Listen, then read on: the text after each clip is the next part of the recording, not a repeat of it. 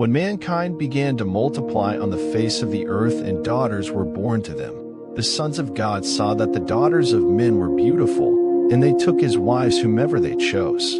Then the Lord said, My spirit shall not contend with man forever, for he is mortal. His days shall be 120 years.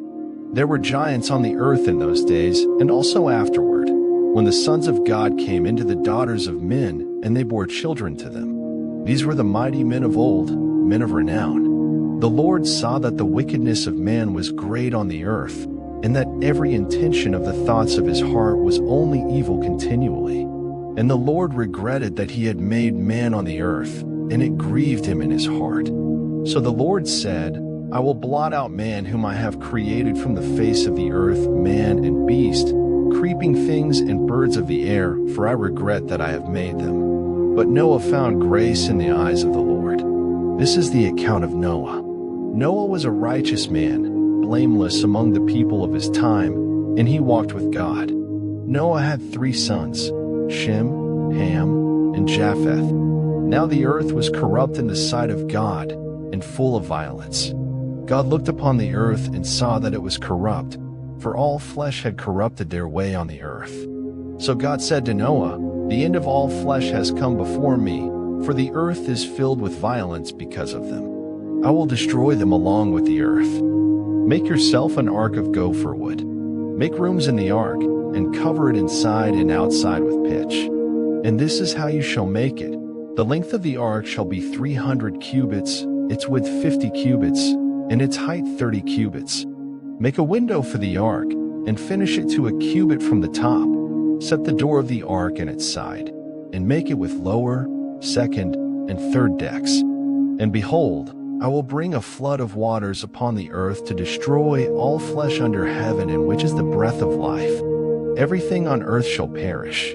But I will establish my covenant with you, and you shall enter the ark, you, your sons, your wife, and your sons' wives with you.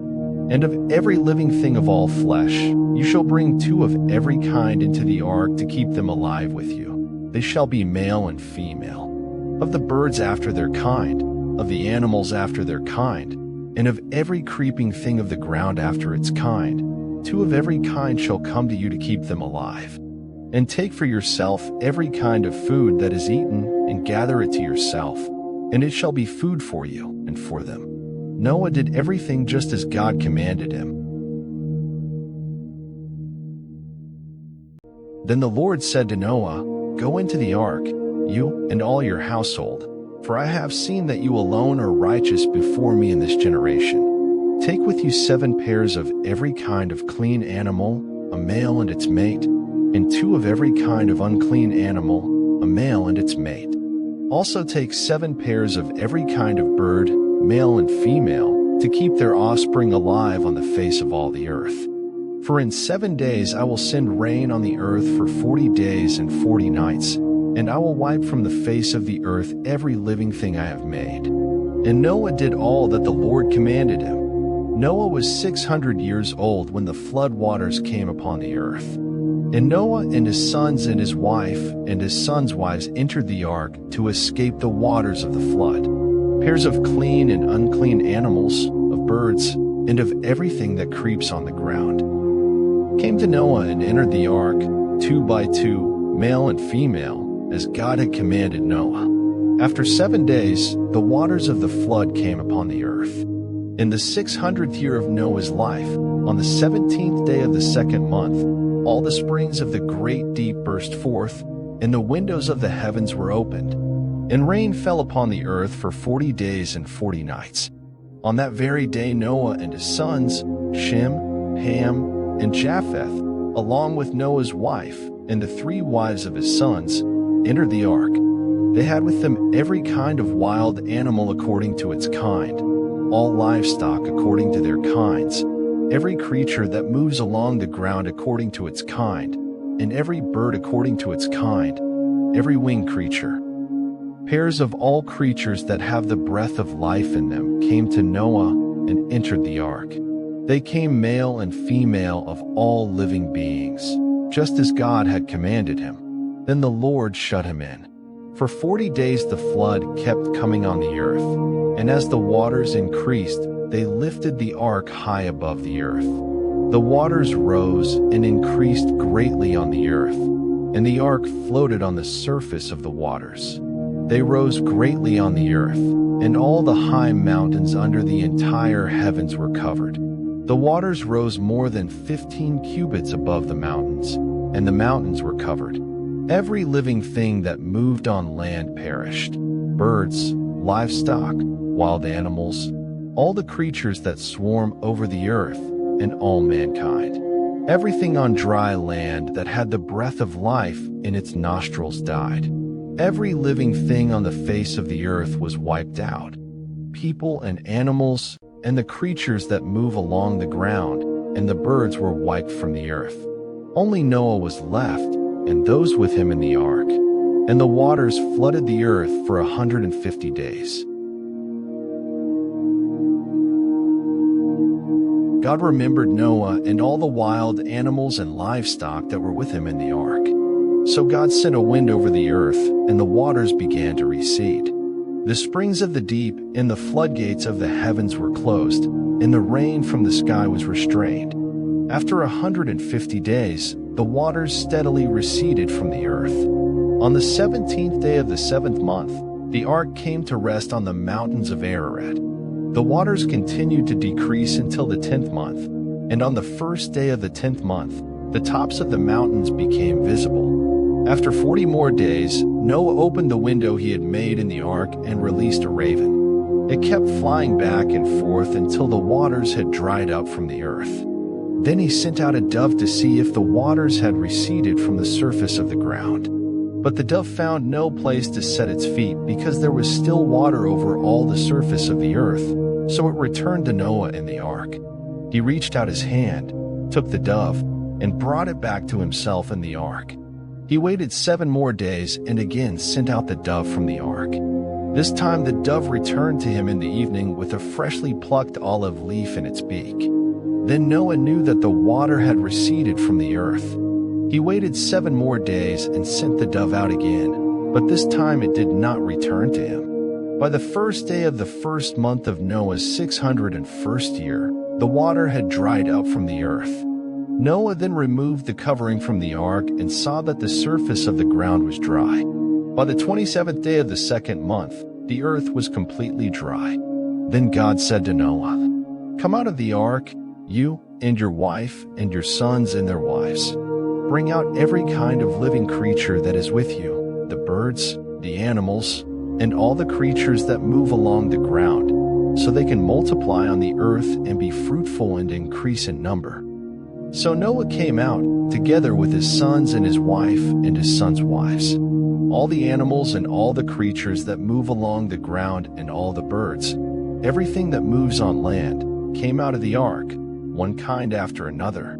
Then Noah built an altar to the Lord, and, taking some of all the clean animals and clean birds, he sacrificed burnt offerings on it.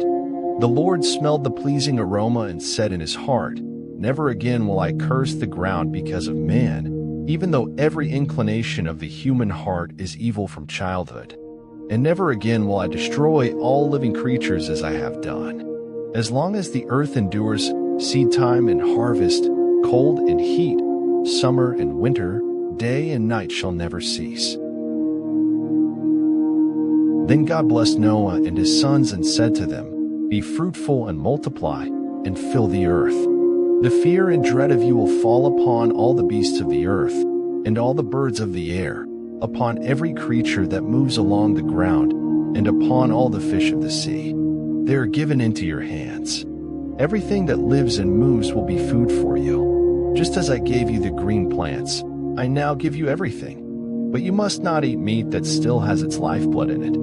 And for your lifeblood I will surely demand an accounting. I will demand an accounting from every animal. And from each man too, I will demand an accounting for the life of his fellow man. Whoever sheds the blood of man, by man shall his blood be shed. For in the image of God is God made man. As for you, be fruitful and multiply, spread out and fill the earth." Then God said to Noah and to his sons with him, I now establish my covenant with you and with your descendants after you, and with every living creature that was with you, the birds, the livestock, and all the wild animals, all that came out of the ark with you, every living creature on earth. I establish my covenant with you. Never again will all life be cut off by the waters of a flood. Never again will there be a flood to destroy the earth.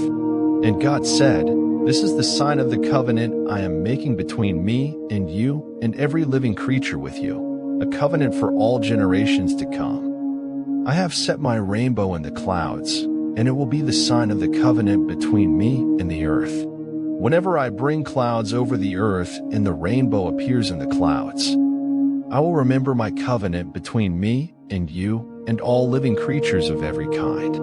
Never again will the waters become a flood to destroy all life. Whenever the rainbow appears in the clouds, I will see it and remember the everlasting covenant between God and all living creatures on the earth." So God said to Noah, "This is the sign of the covenant I have established between me and all life on the earth."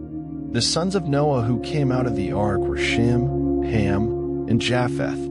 Ham was the father of Canaan. These were the three sons of Noah, and from them came the people who were scattered over the whole earth. Noah, a man of the soil, began to plant a vineyard. He drank some of its wine, became drunk, and lay uncovered inside his tent. Ham, the father of Canaan, saw his father's nakedness and told his two brothers outside. But Shem and Japheth took a garment, laid it across their shoulders, and walked in backward to cover their father's nakedness. Their faces were turned the other way so they would not see him naked. When Noah awoke from his wine and found out what his youngest son had done to him, he said, "Cursed be Canaan. The lowest of slaves will he be to his brothers." He also said, "Blessed be the Lord, the God of Shem. May Canaan be the slave of Shem. May God enlarge Japheth. May he dwell in the tents of Shem, and may Canaan be his slave." After the flood, Noah lived 350 years. Noah lived a total of 950 years, and then he died.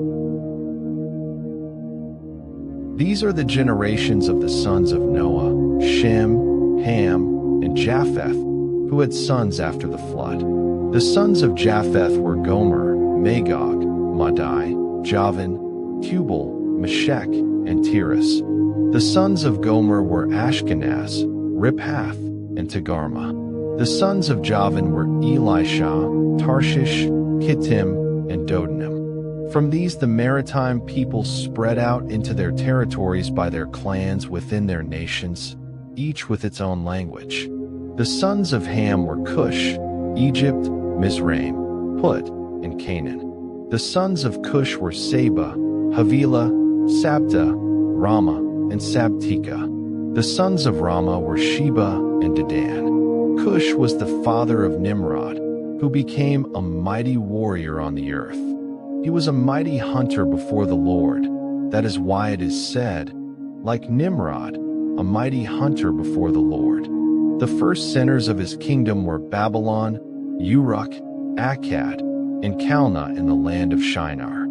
From that land, he went to Assyria, where he built Nineveh, Rehoboth Ir, Calah, and Rezin, which is between Nineveh and Calah, which is the great city.